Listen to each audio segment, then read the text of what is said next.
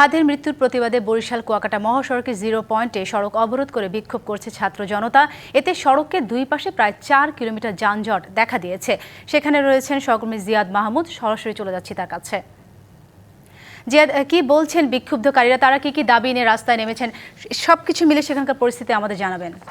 পাচ্ছেন যে আমার পিছনে দিল্লি না ঢাকা স্লোগানে মুখর এখানে যারা আসছেন, আমি যদি একটু দেখাই প্রথমেই যে এখানে তারা স্লোগান দিচ্ছেন এবং আমরা জানি যে ইনকিলাব মঞ্চের মুখপাত্র হাদি যে মারা গিয়েছেন তার যে খুনিদের শাস্তির দাবিতে এখানে কিন্তু দুপুরের পর থেকেই জড়ো হতে থাকে এবং এই বিকেলে আমরা দেখেছি যে এটি নলসিটির মধ্যে পড়েছে, যদিও বরিশাল 0 পয়েন্ট বলে এই স্থান থেকে। এখানে টায়ারে আগুন জ্বালিয়ে, গাছ ফেলে আগুন জ্বালিয়ে রাস্তা মানে অবরোধ করা হয়েছে, যেখান থেকে এটি হচ্ছে বরিশাল এবং কুয়াকাটা মহাসড়কের 0 পয়েন্ট। এখানে দুটো জেলার সাথে যোগাযোগ এই মুহূর্তে বন্ধ রয়েছে, পটুয়াখালী এবং বরগুনার সাথে।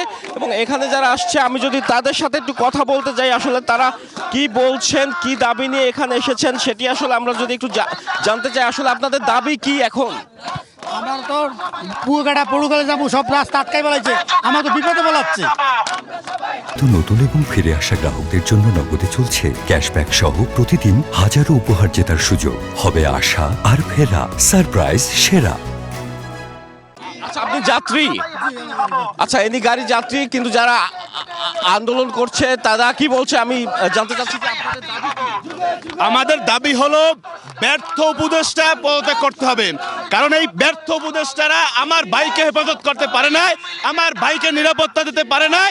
সেই কারণে ব্যর্থ উপদেষ্টাদের পদত্যাগ করতে হতে বিলম্বে, এবং এই ব্যর্থ উপদেষ্টাদেরকেই আমরা ভালোবেসে 5ই আগস্টে পরে উপদেষ্টা বানিয়েছি, কিন্তু তারা আমাদের নিরাপত্তা দিতে পারতেছে না। তার জন্য ব্যর্থ উপদেষ্টা সকলেই পদত্যাগ করতে হবে, তারপর আমরা বিপ্লবী সরকার গঠন করবো ইনশাআল্লাহ।